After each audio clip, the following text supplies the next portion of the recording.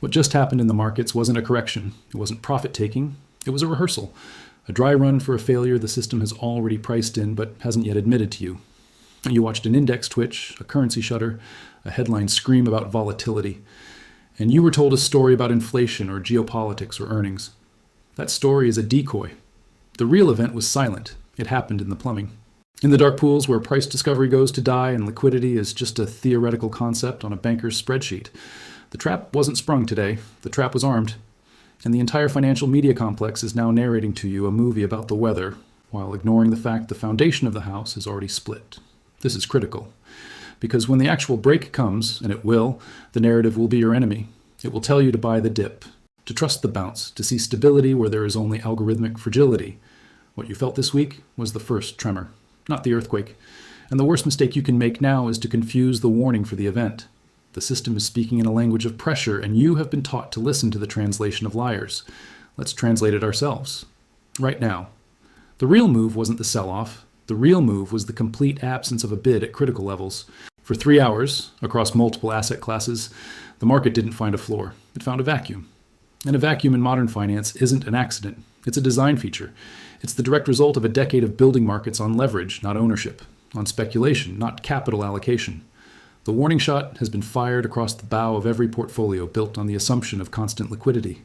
That assumption is now false, and the people who know it's false have already repositioned. You are being left to hold a bag of concepts that ceased to be true the moment the central banks turned from buyers to silent observers. This is the shift. The era of implicit guarantees is over. The era of explicit fragility has begun. What you witnessed was the first public symptom. The disease is the dependency itself, the belief that someone will always be on the other side of your trade. That belief is the trap, and it's about to be exposed. To understand why this week mattered, we must reconstruct the timeline, not as it was reported, but as it occurred in the ledger. Tuesday, 8:30 a.m. Eastern. A major economic print misses expectations by a margin that is statistically insignificant but narratively potent. The immediate reaction is a knee-jerk sell-off in futures. This is the headline. This is what was reported. Here is what was omitted. In the 10 minutes preceding that data release, volume in key equity index options surged to 400% of the 20-day average. Not after the news, before it. This is not speculation. This is tape reading. Massive asymmetric bets were placed that the market would fail to rally on any news. This is a sophisticated position. It's not a bet on the number.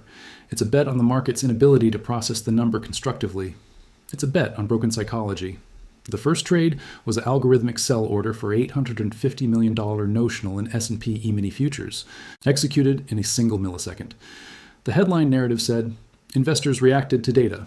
No, a machine executed a pre-programmed liquidity test. It was probing for weak hands. It found them. By 9:05 a.m., the market had dipped 1.2%. Standard stuff. Then, the critical window. 9:05 to 9:45 a.m. This is where the story diverges. In a healthy market, dip buyers emerge. Specialist capital, value buyers, systematic rebalancing flows. They did not appear. Order book depth on the NYSE evaporated by 70%. The bids simply vanished. For 40 minutes, the market was not being priced by fundamentals or sentiment. It was being priced by a mathematical model of market maker gamma and dealer hedging flows. The asset itself became irrelevant. The only thing that mattered was the network of derivatives tied to it. This is the inversion. The market is no longer a place where stocks are traded. It is a place where volatility is managed. The underlying security is just the feedstock for a massive interconnected engine of options and swaps. The economic data was merely the spark. The tinder was the leverage built into the derivatives landscape. The fire was the subsequent liquidity void. The media reported a data-driven sell-off. Now, the truth was a liquidity failure amplified by data. The narrative is backward. The cause was not the headline.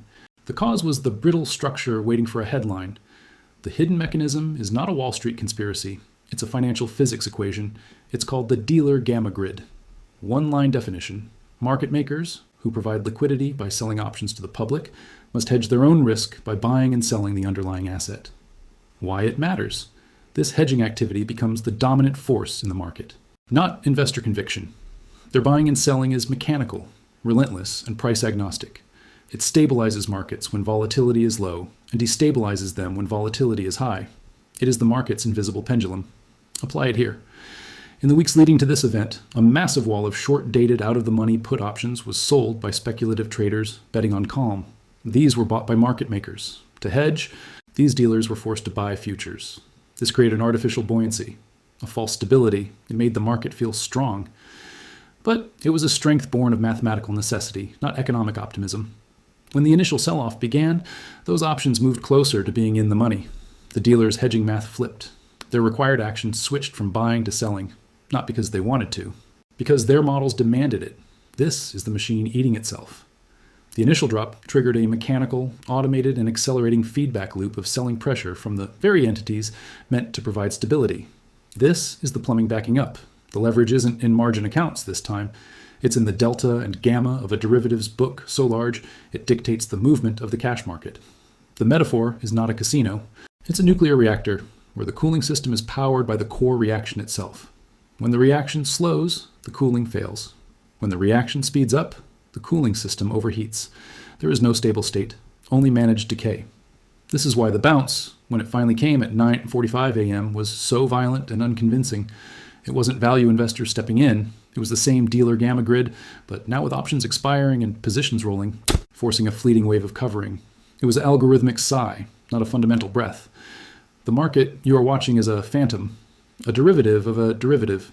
Its movements are increasingly divorced from the health of the companies it represents and are instead a real-time readout of systemic leverage pressure. You are not investing in businesses. You are providing liquidity to a risk management model. The reaction was psychologically delayed because the pain was displaced. It was moved from the balance sheets of the vulnerable to the psychology of the crowd. Here's how. The initial failure occurred in the liquidity fabric, but the visible pain appeared in the most speculative, sentiment-driven assets. Meme stocks, crypto, high-flying tech. This was not a coincidence. It was a diversion.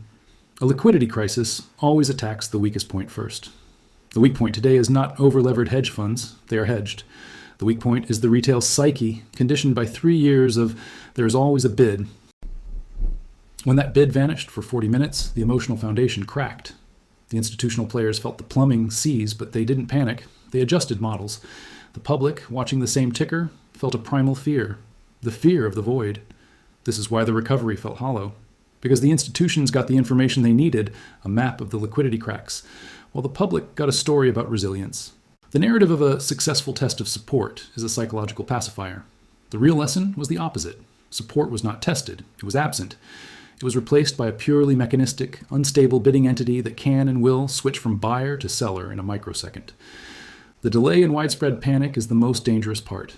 It creates the illusion of all clear. It allows the narrative of normalization to take root. This is how traps are baited. The broken plumbing isn't fixed. It's just that the faucets aren't being turned on all at once. The system now knows exactly how much pressure it can take before the pipes burst. And the people who control the pressure valves are not the investors. They are the risk managers at the dealer banks, whose sole mandate is to protect their own balance sheets, not the integrity of the market. Their loyalty is to the model, not to the price of your ETF. When the next tremor hits, the response will be faster, more severe, and more predictable. The market will not slide, it will gap. The psychological displacement is complete. The public is worried about price. The insiders are worried about mechanism. They are not playing the same game. Who benefited? 2 groups. First, the volatility harvesters. The funds that run short volatility strategies not as a gamble, but as a business. They provided the insurance that blew up in the face of the buyers. They were the house. The house always wins when the wheel spins faster because their edge is in the spread, not the direction. Second, the systemic liquidity providers, the very dealer banks whose hedging caused the chaos. They profit from the bid-ask spread widening during the panic. They profit from the increased demand for hedging after the panic. Their risk is managed, their profit is transactional. They are not investors. They are the exchange. Who was trapped? The narrative believers, the dip buyers who entered after the first 1% drop, expecting the old playbook to function. They bought an asset, but they were actually entering a decaying derivative contract on market maker behavior. They bought the headline oversold bounce and sold to a machine programmed to sell into strength. Also trapped were the passive investors, the holders of ETFs that promise daily liquidity for assets that, in a stress moment, have none. The ETF is a liquidity claim on an illiquid process. It is a promise that may not be keepable if every holder asks for redemption at once. The media deception was not in lying about the data. It was in framing the event as a discrete cause and effect story. Stocks fell on hot inflation fears. This implies a rational, continuous market. It implies that if inflation cools, stocks will rise. This is a fairy tale. The market is no longer rational or continuous. It is a fragile network prone to discontinuous breaks. The media sells continuity because panic is bad for business. The institutions understand discontinuity because it's where they make their real money, in the gaps, in the arbitrage of breakdowns. The public sees a chart and thinks about value. The professional sees the same chart and thinks about the gamma exposure of the major dealers at that price level. One is analyzing a company, the other is analyzing a pressure gauge. The gap between these two realities is the trap, and it is widening. What breaks next is not a specific asset class, it's a specific trade, the universal carry trade, the trade that borrows cheaply against one asset to buy another, higher yielding asset. This trade is the oxygen of the modern financial system. It is what connects everything. When the liquidity event comes, it will not be about the value of tech stocks or real estate. It will be about the simultaneous unwinding of the carry trade across currencies, bonds, and equities. The signal will be a violent, correlated move in the Japanese yen, Swiss franc, and US Treasury volatility. It will be a seizure in the repo market, the overnight lending market that funds the entire leverage edifice. This is the fractured pipe. You will not see it on CNBC until it is too late. You will see it in the plumbing metrics, the SOFR OIS spread, cross-currency basis swaps, and the Fed's reverse repo facility usage. A blowout there is the heart attack. The market seizure is the symptom. Your preparation is not about picking the right stock. It is about understanding the links in the chain. The conclusion is not apocalyptic. It is operational. The system will not end. It will simply reprice the cost of liquidity from artificially cheap to brutally expensive. This repricing will wipe out the leveraged middle and transfer their capital to the patient and the liquid. Your task now is to audit your own portfolio for hidden liquidity claims. Do you own an ETF with assets that cannot be sold in a day? Do you own a fund that promises daily redemptions? That promise is the cliff. The move is to shift from financial assets to tangible assets with no counterparty risk, to raise unencumbered cash, to own the vault, not the promise of the vault. The final inevitability is the great liquidity reckoning. It is not a prediction of doom. It is a law of financial physics. Leverage built in calm times demands liquidity in volatile times. The system has built maximum leverage. The volatility has now arrived. The equation must balance. The unsettling truth you must sit with is this: the biggest money trap in history is not a product. It is the pervasive, comforting belief that the market is a place for investing when it has been quietly transformed into a machine for harvesting volatility from those who do not understand the mechanics. The machine is now in stress mode. You now understand the sound it makes.